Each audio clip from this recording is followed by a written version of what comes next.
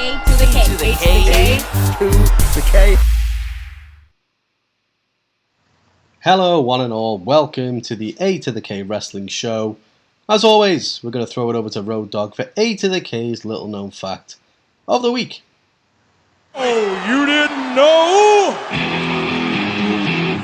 So, Anthony, it's our final SummerSlam fact ahead of this Saturday because, Anthony, who do you think holds the record for the longest gap between two SummerSlam matches? Who do you think it is? I can tell you. I can tell you that gap is 14 years. Well, based on the 14 years, I'm going to guess Hulk Hogan. So you basically definitely looked at what it was, didn't you? You did. Tell the truth. I legit didn't. I legit didn't. I guessed Hulk Hogan based on the fact that Hulk Hogan is the oldest man in wrestling and probably had the longest gap of anything. It was probably Hulk Hogan. We can just use that for anything, really, can't we? Anything that happens. That is kind of my go-to. When you go, oh, what's been the longest face run or whatever, I'd be like, probably Hulk Hogan. Who knows? Yeah. What was the longest ever walk to the ring? Hulk Hogan. Probably Hulk Hogan. I saw it live. Impact, Hulk 2000 Hogan, and something.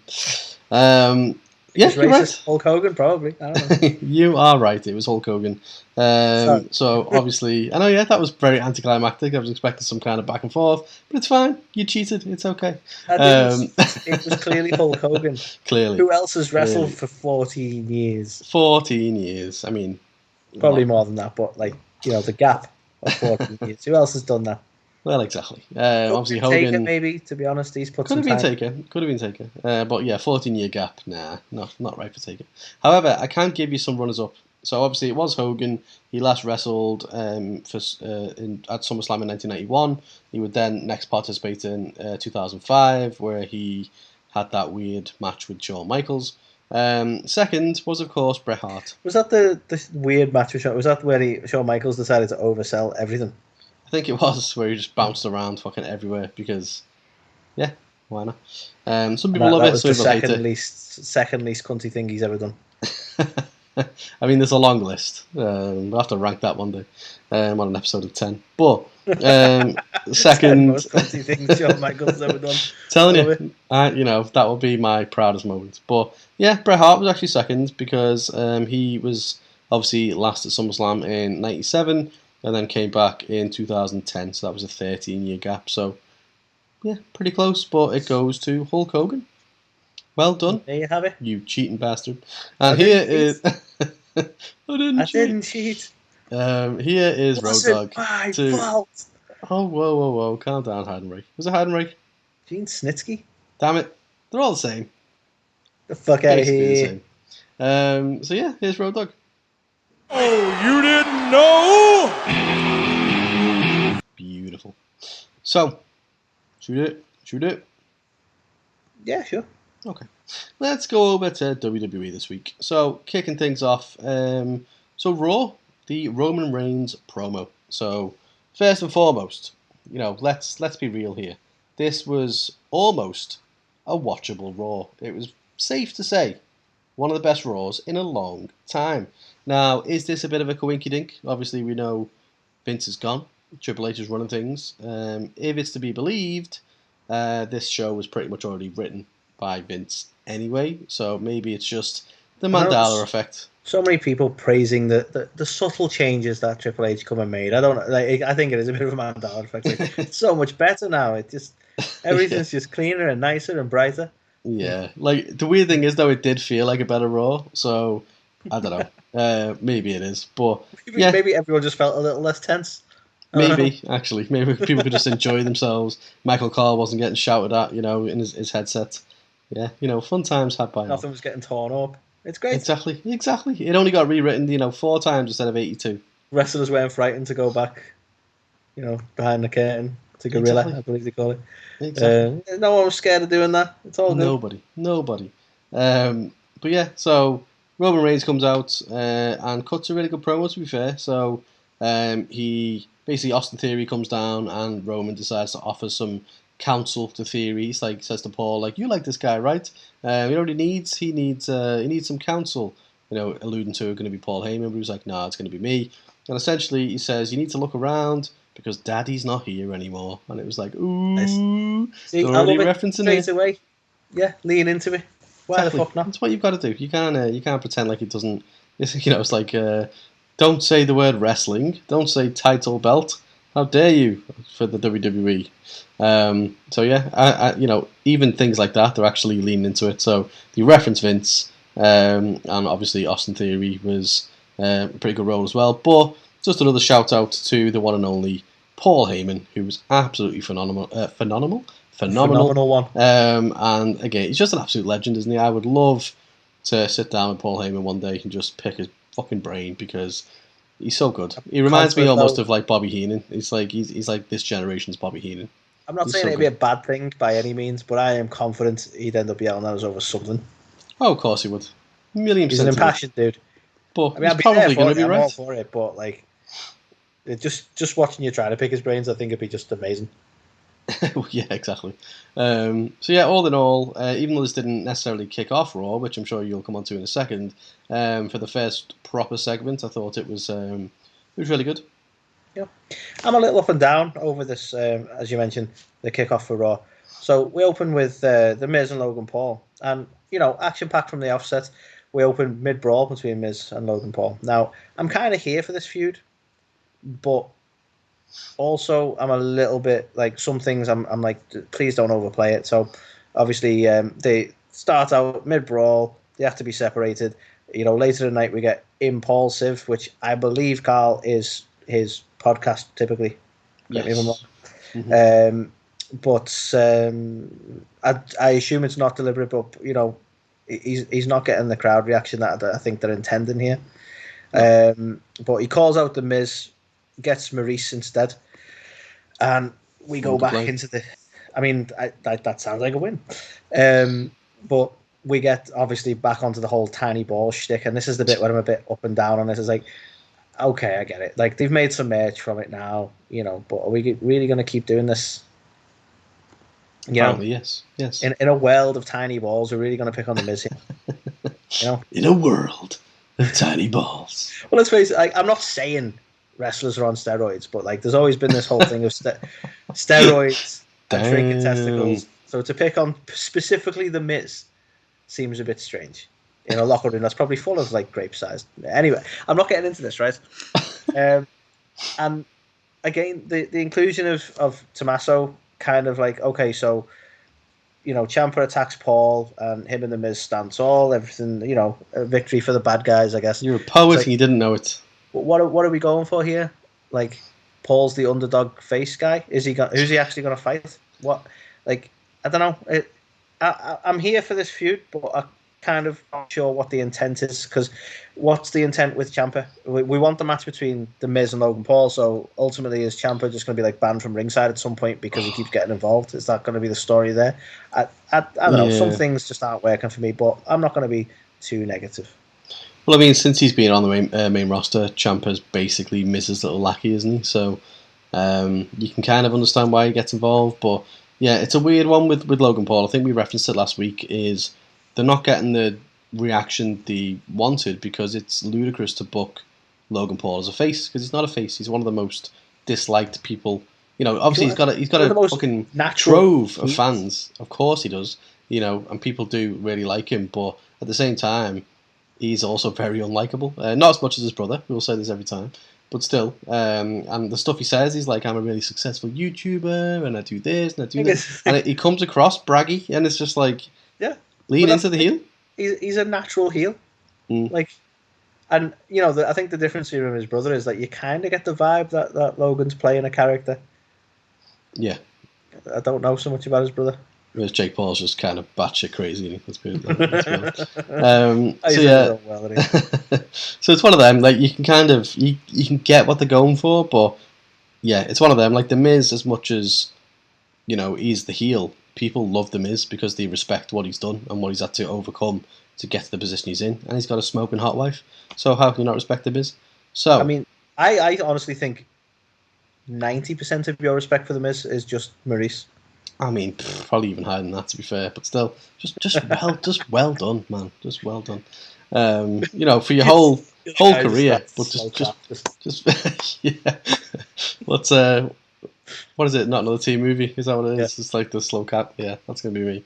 I'll find the right time to do it one of these days. It's not the right time now. So yeah, so it's one of those things. I don't know why they insist on doing a Logan Paul face run, because it's obviously not going to get over. But at the end of the day, he's a massive star.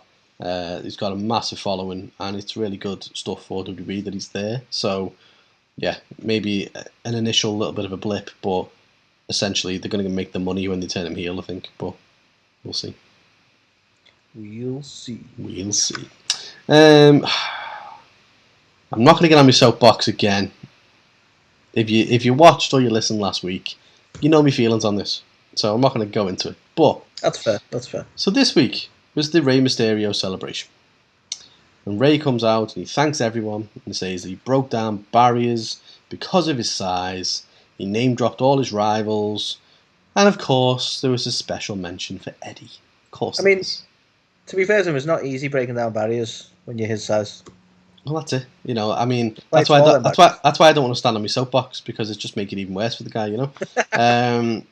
But yeah, jokes aside, I don't know. People seem to fucking love this. I feel like I'm just. Like, I mean, I'm guessing you agree with me to some extent. So maybe we're on our own little island somewhere that, you know, it's just we've got our own weird thoughts. But people seem to love the fact that he's like honoring Eddie and he's doing this whole thing and as a special mention for him and stuff. I just. As people know, I can't stand it. Eddie was an absolute legend. They were clearly very close, and I know he wants to pay respect to him, and I'm not trying to shit on that. But which is fine. He just gets to a point. It's like, okay, we get it. You love Eddie, like, but it's literally every other word out of his mouth. Well, it's every week. It's every essentially. He's come out. He's celebrating 20 years in WWE. 17 of them years has been as the fucking Eddie Guerrero tribute act. It has 1,000,000%. Because as soon as Eddie died in 2005, whenever it was, since then he was doing the frog splash, he was doing the little thing. That's why he won his title. You know, I mean, you got to ask, like, would he have got the world title?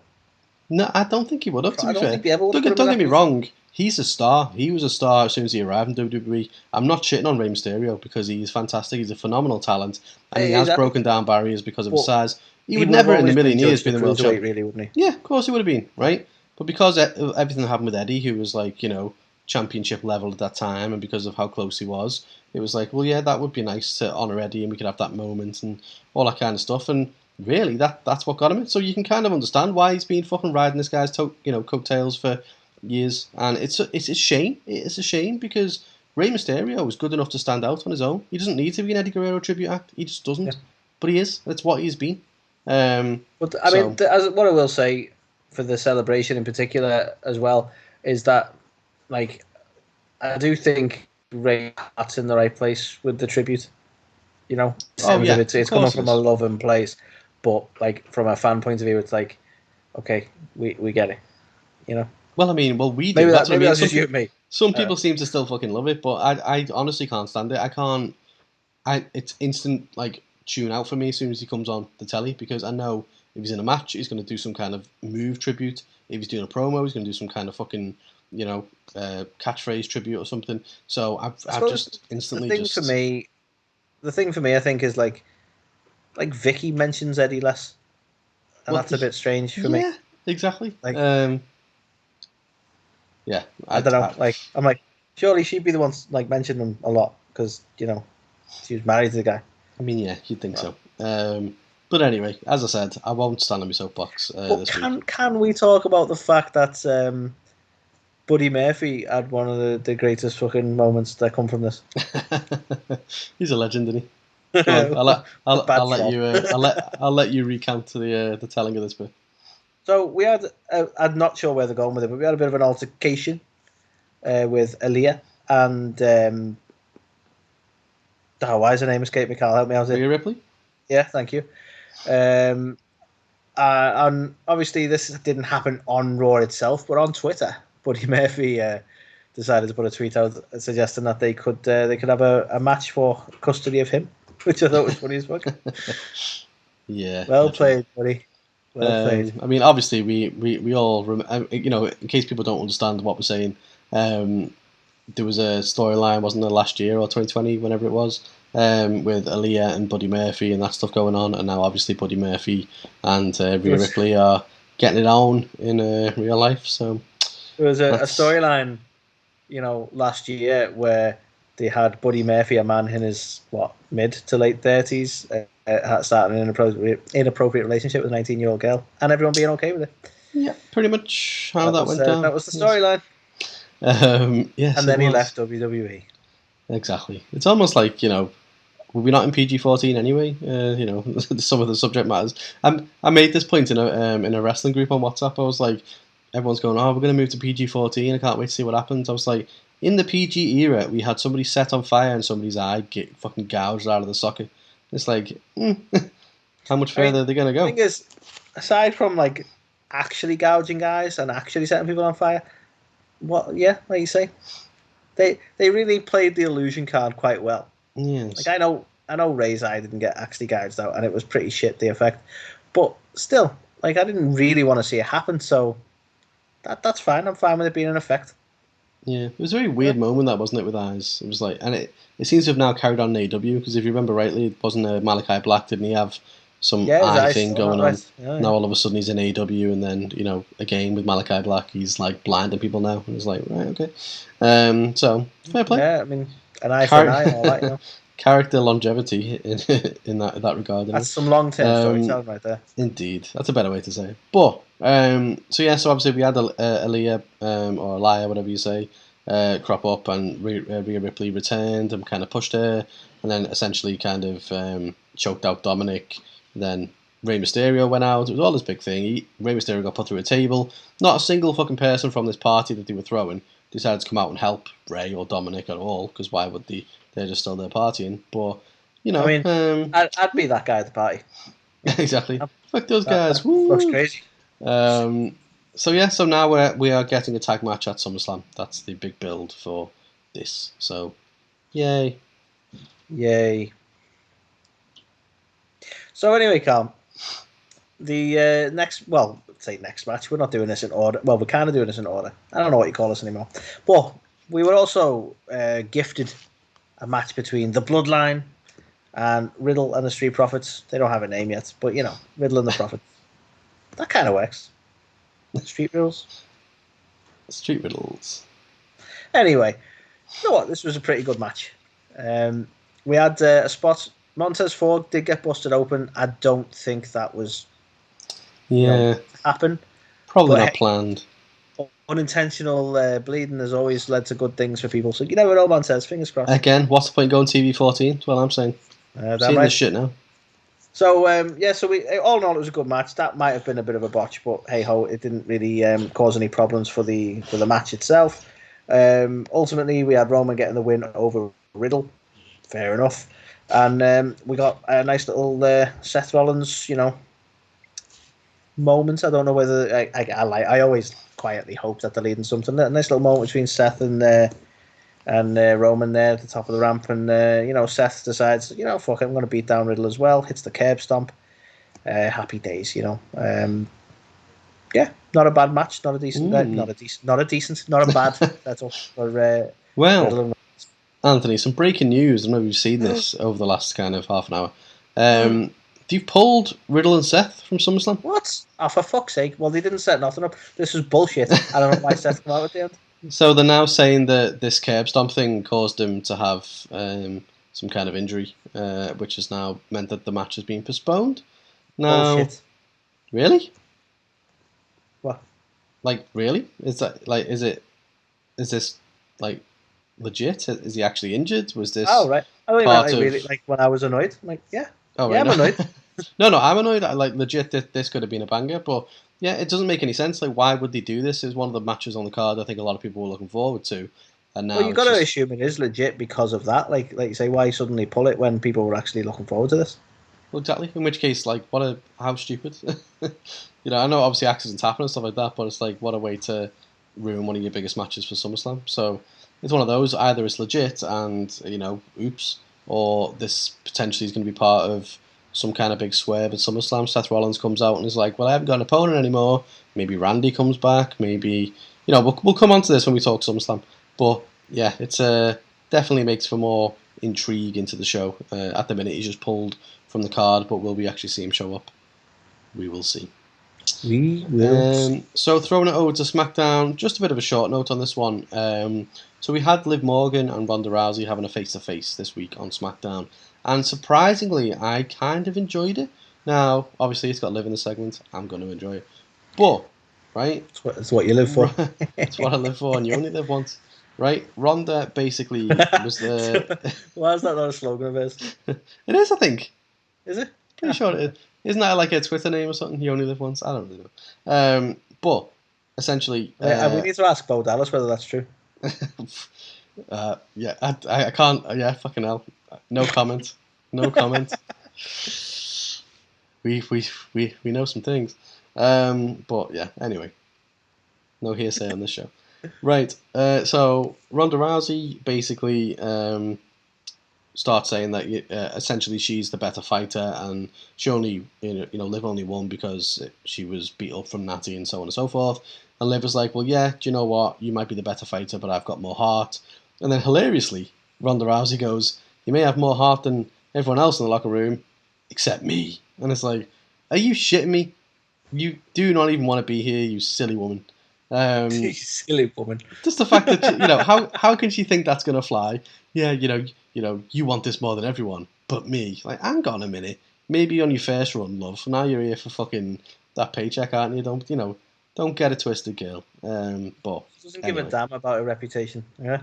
Yeah, doesn't give a damn. Joan Jett eat heart. But so yeah, I liked it, regardless of what I think about what Ronda said. But the thing that I like about it is I legitimately don't know where this is going to go, because essentially at SummerSlam, Ronda probably should get booed out the building. Whether that's going to happen or not, I don't know. Like, we've seen things on our TikTok where obviously we did like a Liv Morgan video recently, and people were like almost angry that she beat Ronda, and it's like, really? Like, but why? So you've clearly got this like talent. Well, exactly. You've clearly got this like this pool of like Ronda fans out there. So I don't know. Like, how is Ronda going to be kind of perceived? Like, is she going to be booed, or is it not going to go the way that we think? And surely they're not going to take the title off Liv so soon. Like, she's had it a matter of weeks. So I don't know. Like, but at the same time, is she going to beat Ronda Rousey? Is she going to beat her clean? Because that'd be huge for her. So legitimately, I just don't like. This is a very intriguing match, because I don't know. Honestly don't know how it's going to end up. Like, surely they can't take the title, but then at the same time, you book like Ronda versus Liv. Typically, that only ends one way. So, yeah. Do you expect so? Intrigued. Yeah, I'll give you that. Who will win? Indeed.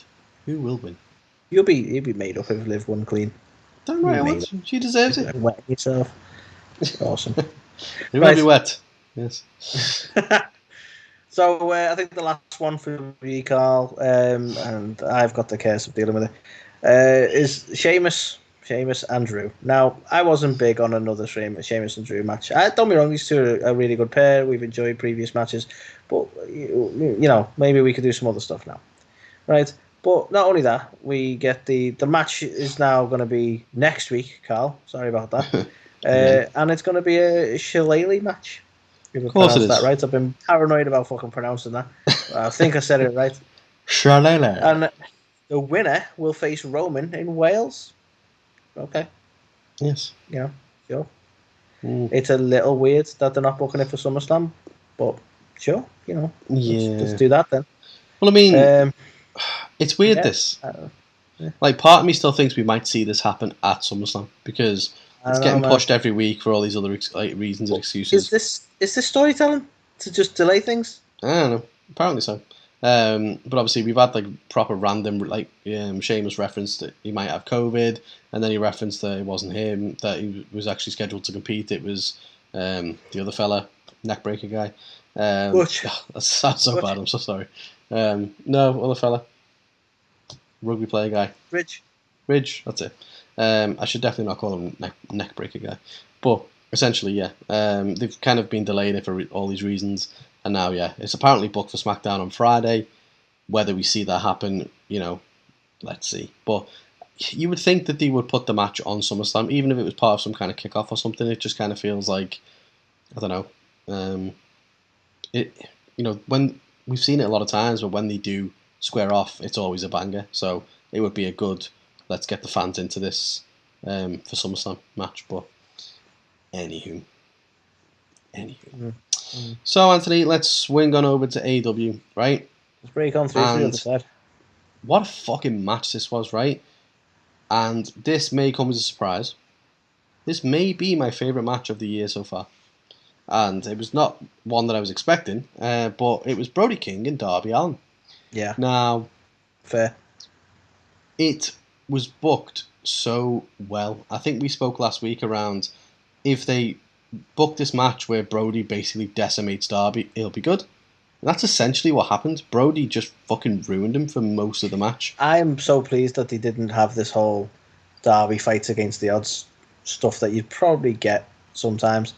I'm so glad that they give Brody King this, to be honest. Well, that's it. Like, exactly what we've seen the whole underdog thing like done so many times. Like, we just had a whole fucking 20-year dedication for Rey Mysterio being the underdog, haven't we? So, you know, Darby Allin doesn't down barriers and whatever. Darby Allin doesn't need to be that guy. Like, he's capable, of course. He can, you know, he's a former TNT champion, and you know, who knows whether he's going to be a world champion one day. But he doesn't need to be that guy, the plucky underdog who somehow, like, at the end of the day, Brody King is fucking massive, and Darby's not. So Brody should squash him. And essentially, that's what happened. So Darby and it was booked really well. Like, Darby put up a really good fight. Don't get me wrong. But essentially, Brody was just too much for him, and that's how it should be. Like, logic has to factor in sometimes. It's just like, well, honestly, like, it's one of them things where it's so obvious that Brody would ruin him, but at the same time, it just made Brody look so fucking menacing and evil. Really, it's like, yeah, he knew he had him outsized and was still just going for him, and it's like that's a good way of building a heel, really, isn't it? Well, that's it. Like, he was legitimately ragdolling him around the whole fucking arena. Yeah. It was brutal. And do you know what? It was so good. Like, I know you think I don't like Darby, but fair play to Darby, because he was selling the fuck out of this. God, yeah, he was. And, you know, obviously Darby did get some offense in as well, and, you know, he looked brutal while he was doing it, but, like, you know, like he always does. You know, that dive he does to the outside of the ring is something else. It's just a million fucking horsepower. It's, like, ridiculous. But, yeah, like, the right thing happened. Brody was just too much, and that's how it should be. Darby makes a great ragdoll, and we can agree on that. He does, and it was a fantastic, you know, David versus Goliath, and it was like a realistic version where, well, yeah, this Goliath. Time, Goliath won. Yeah, this time David got squashed. So yeah, loved it. Thoroughly can't think of another match so far this year that I've enjoyed more than it, which is mad to think. But do you know, like, the crazy thing is, right? We're talking about a week of AEW where we had Jericho versus Kingston in the barbed wire everywhere, was it? Yes. So, yes. Everywhere, everything. But, you know, barbed wire match, right? Yeah. And before we get into it, not to sound too harsh on it, but when Brody versus Darby was like a better match, like, that says a lot, doesn't it? In all fairness. Yeah, it kind of does. Just, like, because it's not just me moaning about Jericho versus Kingston. This is me talking about how good Brody versus Darby was. Yeah, and to be fair, that this was almost like a bit of a return to form for Dynamite. Not the whole show, because the whole show had problems, but the opening match. Like, one thing I used to love about Dynamite of old was you'd always start the show with an absolute fucking banger of a match, and you'd be pumped. Consistently praise it for that. You would be pumped for the whole show then, and this was a return to form on that, because after this match I was like, it's just a shame that the rest of the show didn't quite deliver, but we'll come on to that. Yeah. But look, let's get on to Jericho versus Kingston, right? I'm not going to knock the pair of them. You know, this is a brutal kind of match, and fair play to the pair of them on that sense. But, and I suppose this is something we always expected, it was never going to stay a 1v1. We got plenty of shenanigans, and to be honest, I was kind of expecting some shenanigans, but we got more than we should have got as well. Like, you know, we obviously got the Jericho Appreciation Society and Blackpool Combat Club getting involved, but then on top of that, let's have an Anna Jay heel turn on Ruby Soho and align him with the JAS, because why the fuck not? Let's throw that shenanigan in there. We have Jericho winning it thanks to Sammy, because fuck it, why not? Let's have some shenanigans there. And everything was just a little bit, like, too much, you know? Which is a shame. Like massively too much. Like, I think it was even last week we were saying it as well. I think it was when we were talking about this match, before we'd even seen it, is you know, Cody Rhodes, we used to give him a lot of shit because everything he did felt so overbooked and overproduced. But Yeah, this was a whole different level. Right, this was built up enough with weeks and weeks and weeks and months of storytelling around Kingston and Jericho, and this was the grudge match to end it all. Yeah. Barbed wire, all that kind of stuff. I'm fine with, but it's then like when you add all it should have just been them two going to town It trying to should kill have each been. other. This It's is all the it thing. needed. This is all we wanted, and I know some people might have loved all this, but all we needed was Jericho and Kingston just going for each other here. That's Yeah. all we needed. You're totally And right. I quietly hoped that was going to be the case when they were talking shark cages and shit, but no.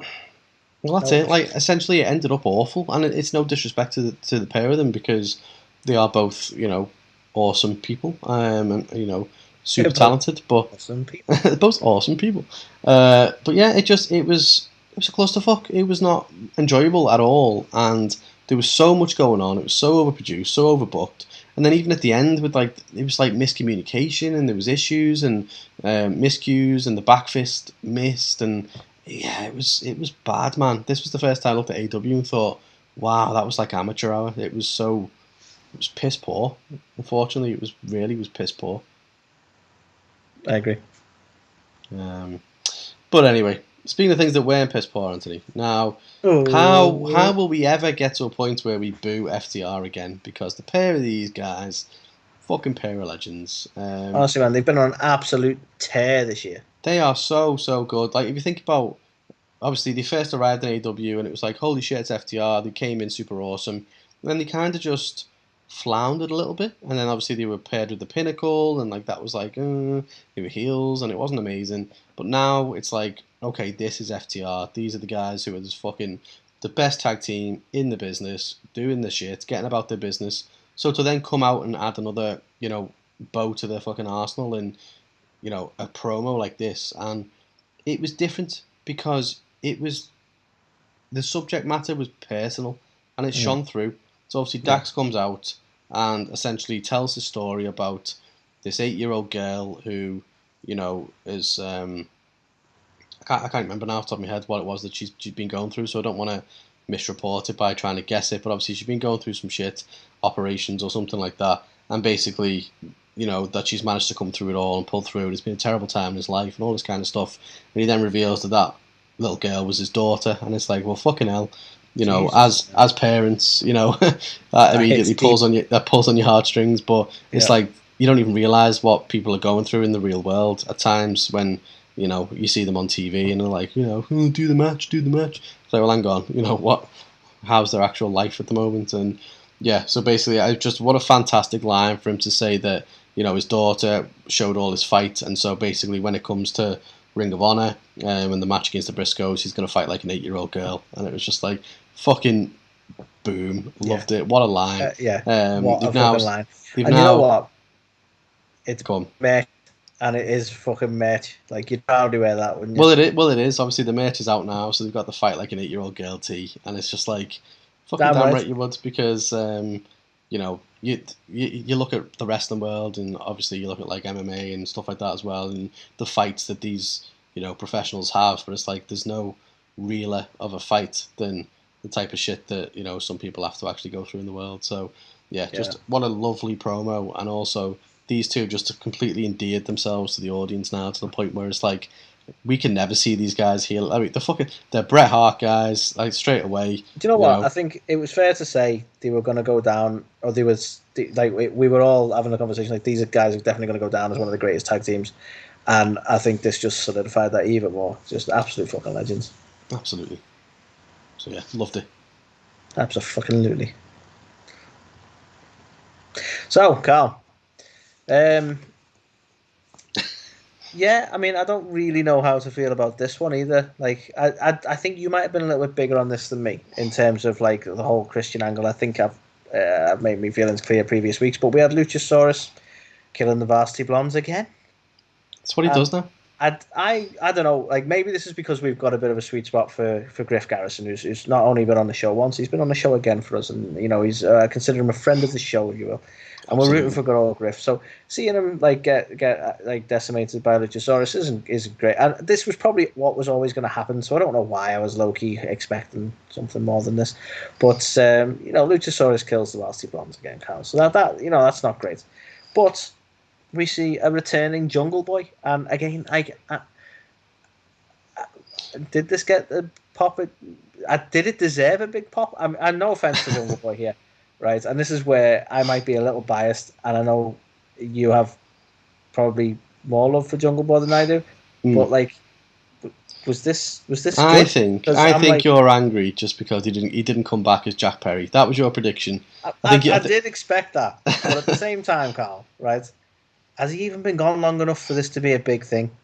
I mean, that's my biggest kind of bugbear with all this, to be honest, is that it's been a matter of weeks. We've had Luchasaurus go from the lovable green dinosaur we knew and loved to this evil, dark, black fucking monster guy who's like beating people up and putting them through tables and stuff like that. And the next minute, after a couple, literally matter of weeks, Jungle Boy comes back and Luchasaurus just steps aside and lets him go after Christian Cage. And it's like, well, wow, that didn't happen for very long then, did it? So it's like, what does this mean? Is Luchasaurus back to his, green mask and his old dinosaur gimmick now? Or because I was quite liking evil Luchasaurus. Are very impressionable. Apparently so. That's probably why they got wiped out. I think that's the real reason right here. But again, I've no issue with the story. I just feel like really so soon. Yeah, it feels a bit rushed, doesn't it? What was the aim? Christian's come out for like 3 weeks now and done some promos, so it's not even been a month. And then it's like, he took Jungle Boy out, but no, he's back, and the alliance you formed with Luchasaurus wasn't really an alliance because he's still with Jungle Boy, and okay then. So it's like, wow. It felt honestly like backpedaling. Yeah.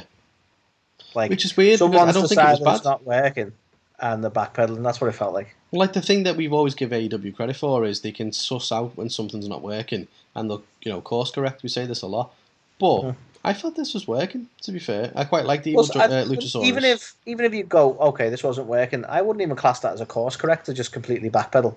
Yeah. Maybe change the direction of something, or just cut it dead. I've seen them do that before now.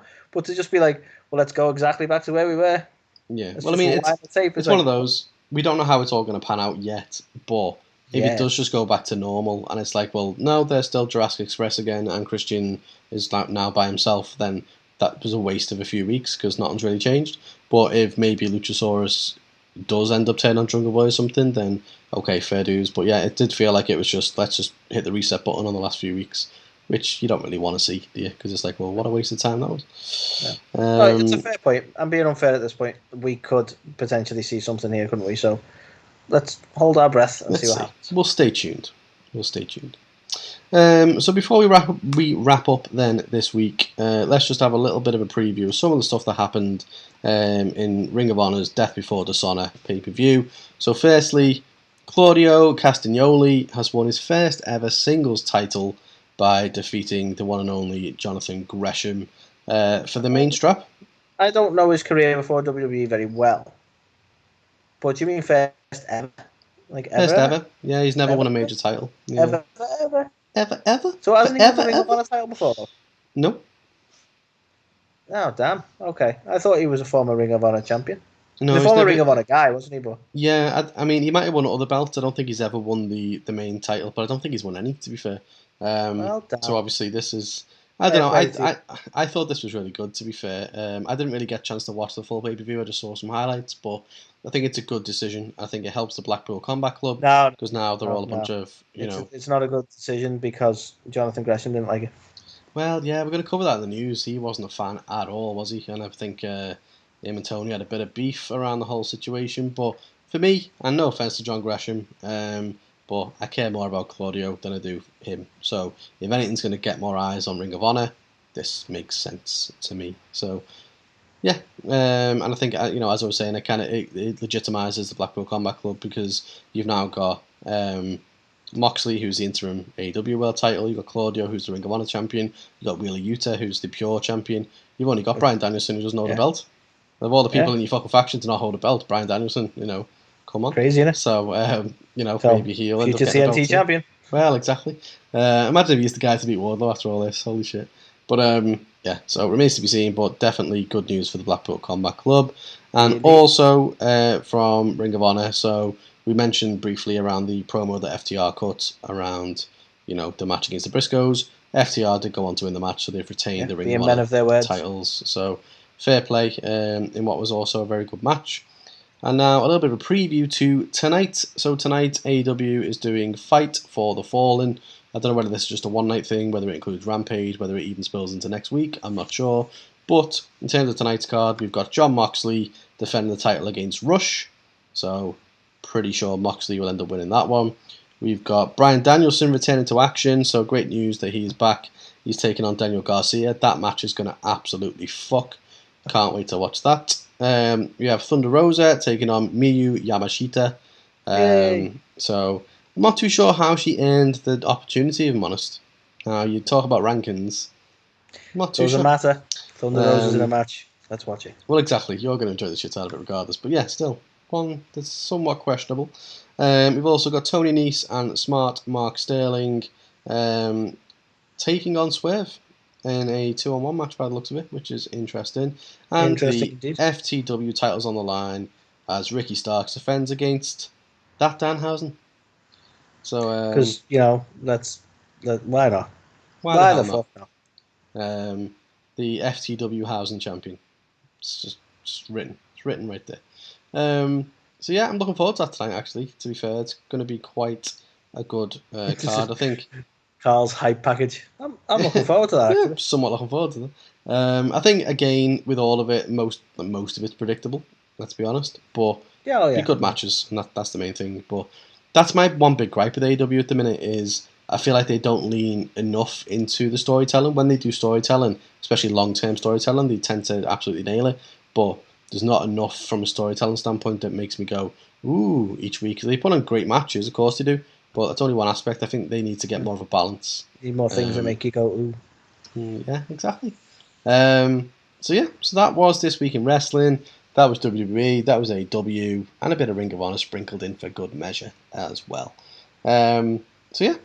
Until next week, make sure you also tune in to our Ringside Report. We're going to talk about all the news. Obviously, we mentioned Jonathan Grisham.